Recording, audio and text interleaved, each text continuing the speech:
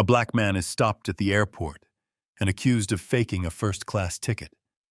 The gate agent refuses to scan his pass, convinced he doesn't belong. But what happens next leaves the entire airline stunned. When his true identity is revealed, the staff, the passengers, and the internet will never forget it. This isn't just a story about travel. It's a powerful lesson about judgment, respect, and justice. Watch to the end. You won't believe the twist.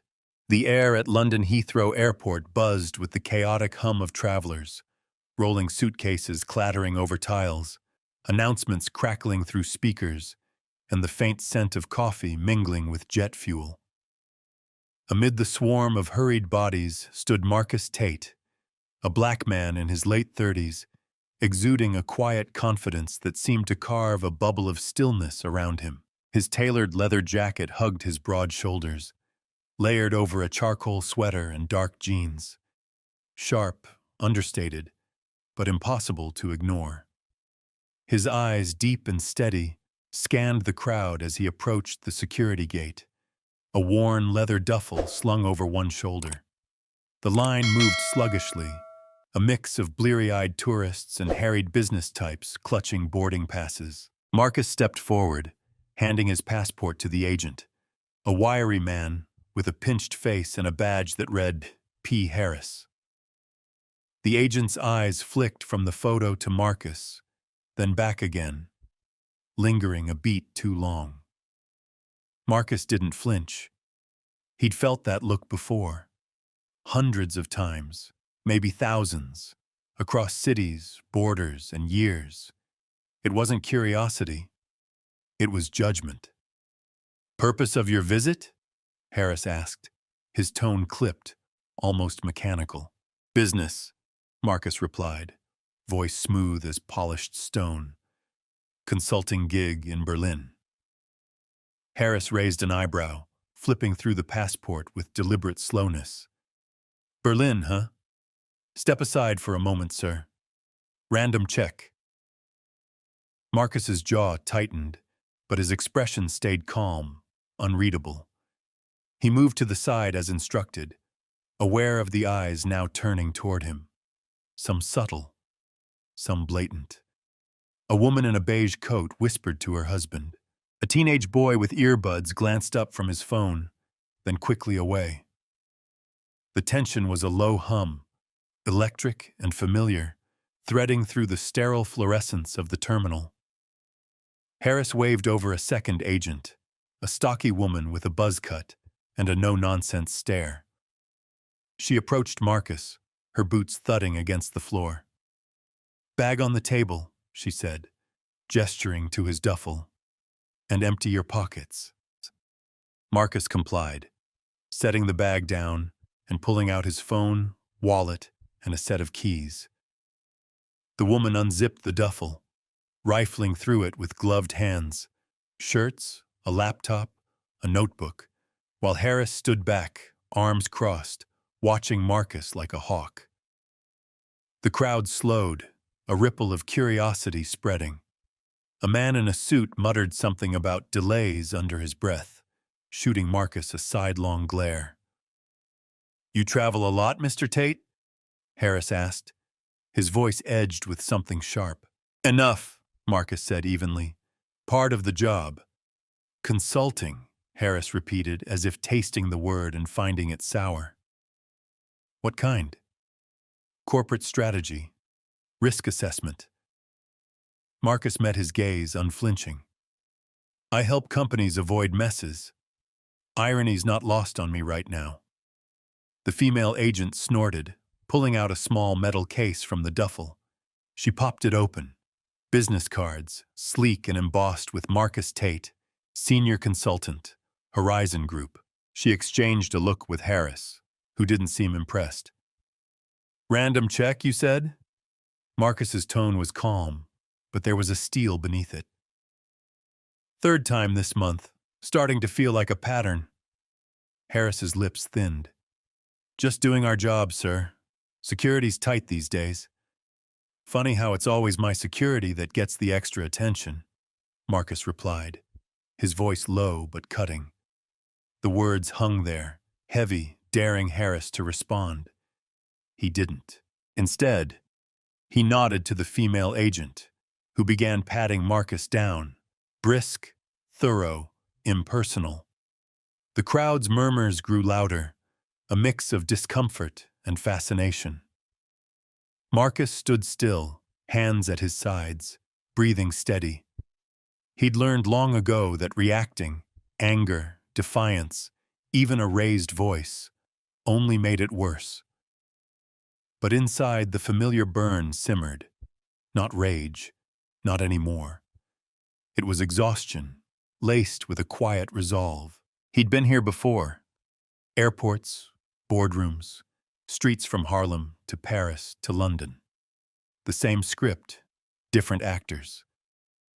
The pat-down ended. The agent stepped back, finding nothing. Harris handed back the passport with a curt, "You're clear." No apology, no explanation. Marcus took it, slipping it into his jacket, and shouldered his duffel. He didn't rush, didn't give them the satisfaction of seeing him rattled. As he walked toward the gate, the weight of eyes followed him, a spotlight he couldn't shake. At the boarding area, he sank into a seat, pulling out his phone. A text from his sister, Lena, lit up the screen. "Safe travels, bro. Don't let the bastards grind you down." He smirked, typing back, "Too late for that. Call you from Berlin." But as the plane's engines roared to life an hour later, lifting him into the gray London sky, Marcus couldn't shake the feeling that this was just the beginning. Something bigger was waiting, something beyond the routine indignity of a random check. And he was right. The descent into Berlin Tegel Airport was smooth, the city sprawling below like a patchwork of history and steel. Marcus adjusted his watch. 8:47 p.m., March 26, 2025. The plane taxied to the gate, and he disembarked, the crisp German air hitting him as he stepped into the terminal. Berlin felt different from London, less frenetic, more deliberate. But the same undercurrent lingered. Eyes flicked toward him, some lingering, others darting away. He ignored them, heading for baggage claim. His client, Horizon Group, had booked him at the Adlon Kempinski, a stone's throw from the Brandenburg Gate. The job was straightforward on paper. Assess a merger between two tech firms, one German, one British, and flag any risks. But Marcus knew straightforward was a lie. Mergers were messy, egos, money, secrets, and he'd been hired because he saw what others missed. At the hotel, he checked in, the receptionist's smile polite but perfunctory. His room was sleek, floor-to-ceiling windows, a view of the gate glowing amber against the night. He dropped his duffel, pulled out his laptop, and started reviewing files. Names, numbers, timelines. Something nagged at him. A discrepancy in the German firm's financials, buried in a subsidiary report. He flagged it, intending to dig deeper tomorrow. Sleep came fitfully, interrupted by the Heathrow scene replaying in his mind. Harris's smirk, the whispers, the weight of being seen but not known. By 6 a.m., he was up, coffee in hand, staring out at Berlin waking up. The meeting was at 9, in a glass-walled office tower in Mitte. Marcus arrived early, leather jacket swapped for a blazer, but still sharp, still himself. The Horizon team, 3 white men in suits, all German, greeted him with firm handshakes and guarded smiles. The lead, Klaus Weber, was a wiry man in his 50s, hair silver and eyes sharp. "Mr. Tate," he said, accent crisp, "we've heard good things. Let's hope you live up to them." The day passed in a blur of charts and jargon. Marcus asked pointed questions, probing the financials. Weber deflected, smooth as silk, but Marcus caught the flicker, a nerve hit. By noon, he was sure. The subsidiary was a shell, funneling cash somewhere it shouldn't. Money laundering, tax evasion, he needed proof. That evening, he walked back to the Adlon, the city's lights reflecting off the Spree River. His phone buzzed. Lena again, how's Berlin? He typed back. Cold, complicated. You'd hate it. She replied with a laughing emoji, then, stay sharp. He didn't notice the man tailing him until he reached the hotel lobby, a figure in a gray hoodie, hands in pockets, hovering near the entrance. Marcus clocked him in the reflection of a glass door. Too casual, too still. Instinct kicked in. He bypassed the elevator, took the stairs to his fifth-floor room, and locked the door. Inside, he opened his laptop, pulling up the subsidiary file again. A name stood out. Eric Stahl, listed as a consultant, but with no online footprint. Suspicious. He cross-referenced it with Horizon's public records. Nothing. Then a hunch. He searched X, typing Eric Stahl Berlin. A post from 2 weeks ago popped up. Stahl spotted at Tegel again. Shady as hell. Hashtag Berlin Underground. Attached was a blurry photo. Gray hoodie, broad shoulders. Marcus's pulse quickened. The man downstairs?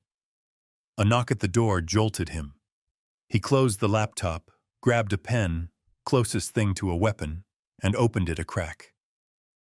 A hotel staffer, young and nervous, held a package. For you, sir. Delivered an hour ago. Marcus took it. A plain envelope, no label. Inside, a USB drive and a note. Back off, Tate. You don't know what you're in. No signature. He plugged the USB into his laptop, antivirus running. It held one file, a grainy video. A man in a hoodie, face obscured, handed a briefcase to Weber in a dimly lit alley. Timestamp, March 20th, 2025. Location tag, Berlin. Marcus's gut twisted. This wasn't just a merger. It was a cover. Sleep was off the table. Marcus paced, mind racing. Weber was dirty. Likely Stahl, too. But who sent the USB? A whistleblower? A rival? And why him? He replayed Heathrow in his head. Harris's scrutiny, the random check. Was it connected? Paranoia crept in, but he shoved it down. Focus. At 2 a.m., he left the room, duffel packed, jacket on. He needed answers, and sitting still wasn't an option. The lobby was quiet, the hoodie guy gone. He slipped into the night, heading for Mitte on foot, less traceable than a cab. The streets were empty, save for the occasional drunk or delivery bike. He kept his pace steady, senses sharp. Halfway there, headlights flared behind him, a black Audi creeping too slow. Marcus ducked into an alley, heart pounding. The car rolled past, then stopped. A door opened. Footsteps. He pressed against the brick, peering out. 2 figures, hoodie guy and a taller man, both armed. Stahl and an enforcer? They scanned the street, muttering in German. Marcus caught Tate and USB. They knew. He bolted, cutting through alleys, shoes slapping wet cobblestones.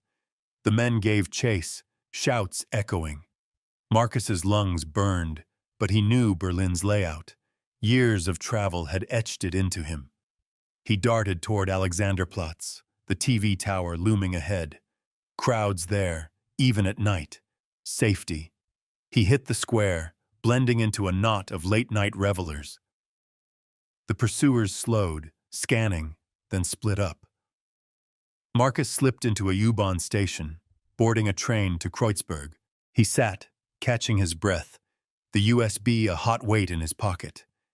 At the next stop, he got off, found a 24-hour cafe, and plugged in his laptop. Time to fight back. He uploaded the video to a secure cloud, then drafted an email to Horizon's UK office. Anonymous. Flagged urgent. Mergers affront. Waivers dirty. Proof attached. He hesitated, then sent it. Next, he searched X for # Berlin Underground. Posts hinted at stall. Ex-Stasi, now a fixer for hire. Weber's muscle. Dawn broke, gray and cold. Marcus left the cafe, heading for Tegel. He'd blow the whistle, then get out. But as he reached the airport, his phone rang.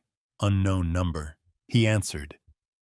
"Mr. Tate," a woman's voice, accented, calm. "You've stirred a hornet's nest. Meet me at Checkpoint Charlie, 10 a.m. Bring the drive. We can help." "Who's this?" he demanded. "A friend.